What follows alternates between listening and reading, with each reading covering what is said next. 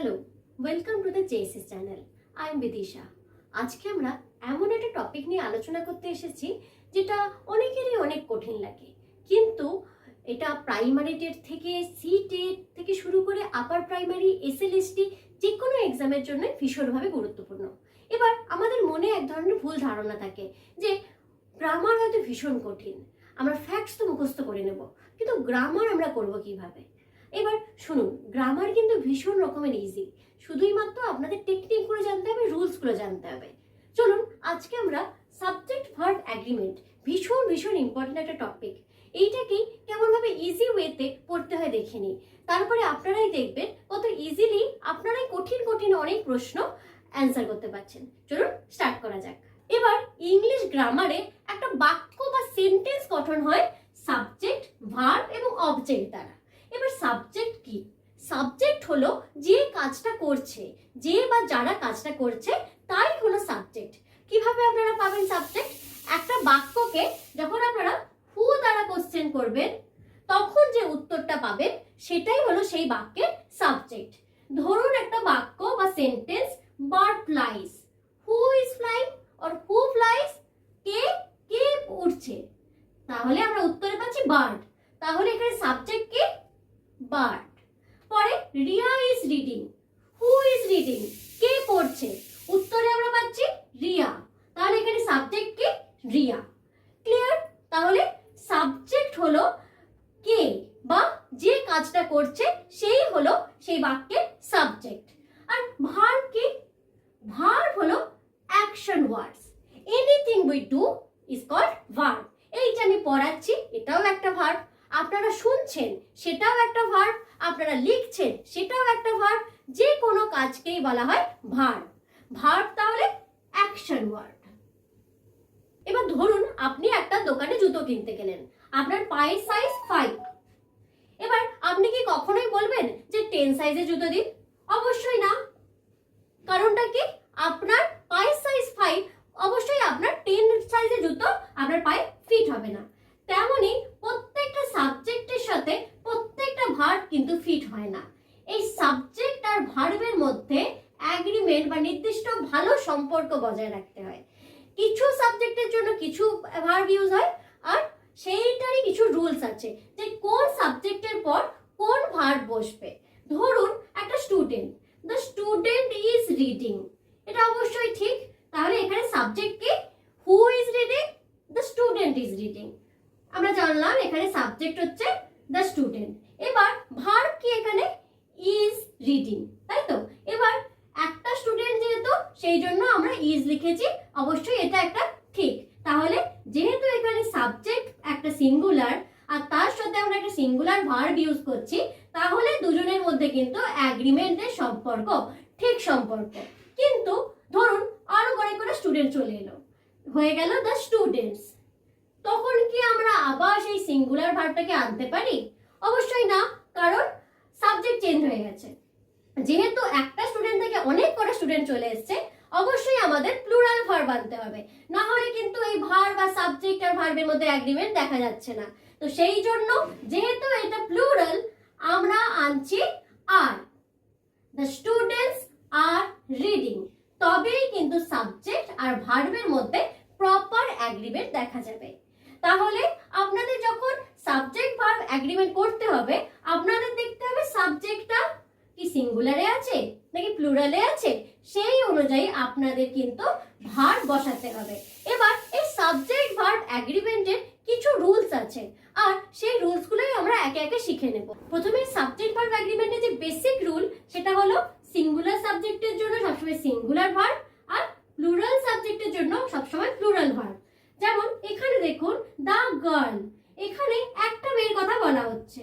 এবার আমরা নিয়ম জানি যে যদি থার্ড পারসন সিঙ্গুলার নাম্বার হয়, থার্ড পারসন মানে কি? আমি, আমরা ফার্স্ট পারসন, তুমি, তোমরা সেকেন্ড পারসন, আর থার্ড পারসন হচ্ছে বাকি যারা, দ্য সান, তারপরে দ্য মুন, হি, শি, তারপরে যে কোনো রাম, রহিম, সবাই কিন্তু থার্ড পারসন। আর থার্ড পারসন যখন সিঙ্গুলার মানে একটা সংখ্যার হয়, তখন কিন্তু ভার্বের পরে এস বা ইএস বসে, যখন সেটা প্রেজেন্ট টেন্সে হয়। তাহলে দ্য গার্ল, এখানে একটা মেয়ের কথা বলা হচ্ছে, আমার কথাও না, তোমার কথাও না, গার্ল তাহলে থার্ড পার্সন। তো সেই জন্য এখানে যে মেন ভার্ব প্লে, তার পাশে এস বসছে উইথ হার ডলস। তাহলে এখানে সাবজেক্ট হচ্ছে দ্য গার্ল আর ভার্ব হচ্ছে প্লে। আর যেহেতু এটা থার্ড পার্সন সিঙ্গুলার নাম্বার, সেই জন্য কিন্তু এস বসেছে প্লে এর পরে। আমরা যা জানি তাই একটু রিভাইজ করে নিই। আই এর পর আমরা বসাই অ্যাম।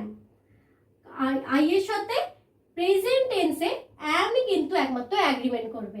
আর যখন পাস্ট হয় তখন আই এর পাশে আমরা বসাই ওয়াজ। আর হি, শি, ইট প্রত্যেকটাই যেহেতু সিঙ্গুলার, সেই জন্য ইজ হয়। আর যখন পাস্ট হয়, ইজ এর পাস্ট কি ওয়াজ। তো হি, সি, ইট যখন পাস্ট টেন্সে লিখি তখন আমরা তার পাশে ওয়াজ লিখলে ভার্ব আর সাবজেক্টের মধ্যে অ্যাগ্রিমেন্ট হয়। ইউ, উই, দে যেহেতু প্লুরাল, ইউ সিঙ্গুলারের ক্ষেত্রেও আর হয় আর প্লুরালের ক্ষেত্রেও আর হয়। তো ইউ, উই, দে এই প্লুরালগুলোর জন্য ইউজ হয় আর। আর আর এর পাস্ট ফর্ম কি ওয়্যার। তাহলে ইউর পর আর লিখলে তবেই অ্যাগ্রিমেন্ট হবে। You are right, we are girls, they are boys. এই যে প্লুরাল সাবজেক্ট এগুলোর পাশে আর হচ্ছে প্লুরাল ভার্ব, তা বসালেই একমাত্র অ্যাগ্রিমেন্ট হয়। আর হ্যাভ ইজ এর ক্ষেত্রে সিঙ্গুলার যদি সাবজেক্ট হয় তাহলে আমরা মূলত ইউজ করি হ্যাজ, আর প্লুরাল যদি সাবজেক্ট হয় তাহলে আমরা ইউজ করি হ্যাভ। এই হ্যাভ হ্যাজ এর কনসেপ্টটা আপনারা পারমিতা ম্যামের ভিডিও দেখতে পারেন, তাহলে আরো ক্লিয়ার হবে। আর আই এর পরে আমরা বসাই হ্যাভ, সেটা পাস্ট হয়ে গেলে হয় হ্যাড। আর সি, হি, ইট এগুলোর পরে বসে হ্যাজ। প্রথমেই রুল নাম্বার 1, যখন দুটো সিঙ্গুলার সাবজেক্টকে অ্যান্ড দ্বারা কানেক্ট করা হয় তখন সেটাকে প্লুরাল হিসেবে কনসিডার করা হয়। খুব ইজি। তার মানে দেখুন, ধরুন একটা মানুষ, ঠিক আছে, আর আপনি অ্যান্ড দিয়ে আরেকজনকে কানেক্ট করলেন, কতজন হলো? তাহলে কি সেটা আর সিঙ্গুলার থাকলো? অবশ্যই না। যখন একের থেকে বেশি হয়ে যায় তখনই সেটা দুজন হয়ে যায় বা প্লুরাল হয়ে যায়। তো সেই জন্য যখন আপনারা দুটো সিঙ্গুলার সাবজেক্টকে অ্যান্ড দ্বারা কানেক্ট করবেন তখন কিন্তু সেটা প্লুরাল হয়ে যাবে। ধরুন রীতা, প্রথমে রীতা একজন ছিল, কিন্তু যখন মিতা তার সাথে যুক্ত হলো, দুটো আলাদা মানুষ, রীতা একজন আর মিতা একজন, দুজনে মিলে কতজন হলো? দুজন। তখন কি আর ইজ হবে? কারণ যেহেতু দুজনের কথা বলছি সেহেতু ইজ এর বদলে হয়ে গেল আর। তার মানে এই যে রীতা আর মিতা যেহেতু দুজন মিলে একটা প্লুরাল সাবজেক্ট তৈরি করছে, সেই জন্য ভার্বটাও হবে প্লুরাল। ক্লিয়ার? তো Rita and Mita are playing হয়ে যাবে তখন। তাহলে সাবজেক্ট যদি সিঙ্গুলার থাকে আর অ্যান্ড দ্বারা জয়েন হয় তখন কিন্তু ভার্বটা হবে প্লুরাল ভার্ব। তাহলে প্লুরাল ভার্বের সাথে অবশ্যই প্লুরাল সাবজেক্টে অ্যাগ্রিমেন্ট পাঠাবে। সেকেন্ড রুলটা দেখে নিন। এবার ধরুন একটা মানুষ যে পোয়েটও আবার ক্রিটিকও, বা একটা মানুষ যে ধরুন টি.এস. এলিয়ট। টি.এস. এলিয়টকে আমরা পোয়েট হিসেবে চিনি, আবার ক্রিটিক হিসেবেও চিনি। ধরুন উনি একজন পুরস্কার পেয়েছেন, তাহলে তখন আপনি যখন লিখবেন যেহেতু একটাই মানুষ, তারই হচ্ছে পোয়েট একটা আইডেন্টিটি আর ক্রিটিক একটা আইডেন্টিটি। ধরুন একজন টিচার, তার টিচার একটা আইডেন্টিটি আর তার সাথে কারোর সিস্টার একটা আইডেন্টিটি। তো একই মানুষের ব্যাপারে কথা বলা হচ্ছে, তো যদিও তার আইডেন্টিটি দুটো কিন্তু একই মানুষের ব্যাপারে যেহেতু কথা বলা হচ্ছে সেহেতু ভার্বটাকে ধরা হবে সিঙ্গুলার।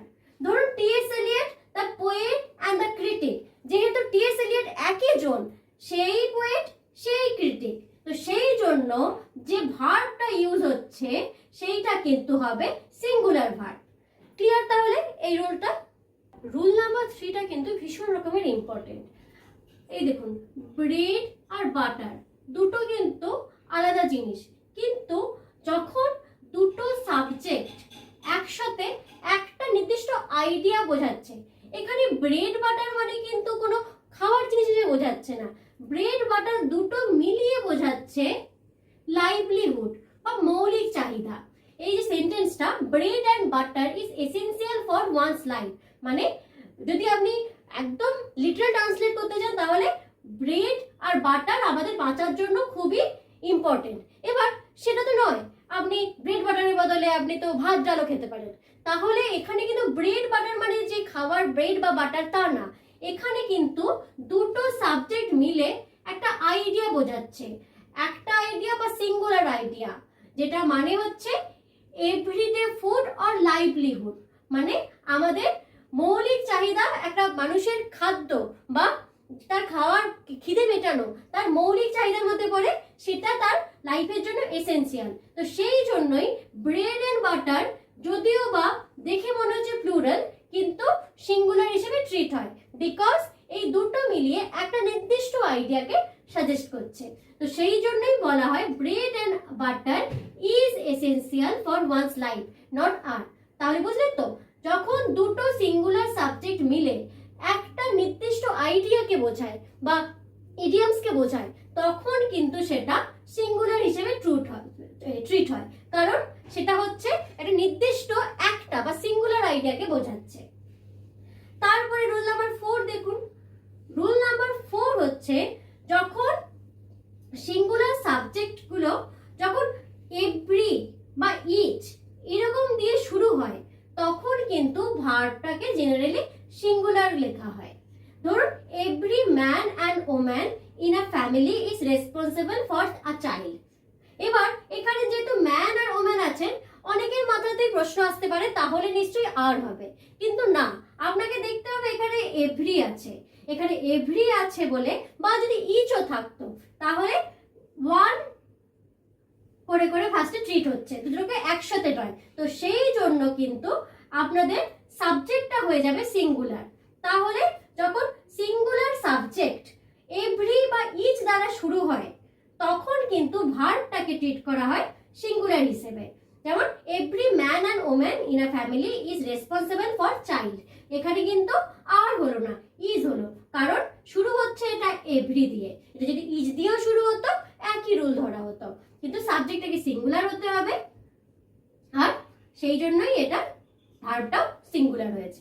এবার রুল নাম্বার 5-এ ধরুন দুটো সিঙ্গুলার সাবজেক্টকে আইদার অর, নাইদার নর বা অর নর দ্বারা কানেক্ট করা আছে, তাহলে কিন্তু ভার্বটাকে সিঙ্গুলার হিসেবে কনসিডার করা হবে। কারণ দেখুন either Ram or some has the কি, এখানে নয় রাম আসবে নয় শ্যাম আসবে, দুজনে কিন্তু একসাথে আসছে না।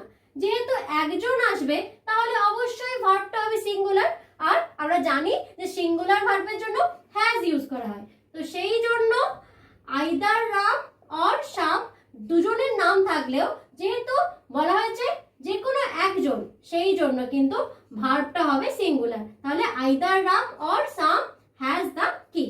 এবার রুল নাম্বার 6টা দেখুন, একই রকম। ধরুন সাবজেক্ট অফ ডিফারেন্ট নাম্বার যখন হয়, ধরুন এখানে বলা হলো রাম অর হিজ ব্রাদার্স, এখানে কিন্তু রাম হচ্ছে সিঙ্গুলার, আবার হিজ যে ব্রাদার্স সেটা কিন্তু প্লুরাল। এবার তখন আপনি কি লিখবেন ভার্বের জায়গায়, তখন কিন্তু আপনার ভার্বটা কনসিডার হবে plural. Either Karim or his brothers are going হবে তখন। আমরা এতক্ষণ যা পড়লাম তা আদেও কি এক্সামে আসে, নাকি এক্সামে পুরো অন্যরকম কোনো কোশ্চেন আসে, তা দেখে নেওয়া যায়। এই যে একটা কোশ্চেন দেখুন, each of the girls dash a gift. এবার এই কোশ্চেনটা এসেছিল 2022-এ সিটেটের ডিসেম্বরের সার্কেলে। তো ইচ মানে আমরা রুলে কি জেনেছি, যখন ইচ থাকে তখন সেটা সিঙ্গুলার হিসেবে ট্রিট হয়, তাহলে এখানে উত্তর কি হবে, হ্যাজ বিন গিভেন। তারপরে কোশ্চেনটা দেখুন, one of the boys dash missing.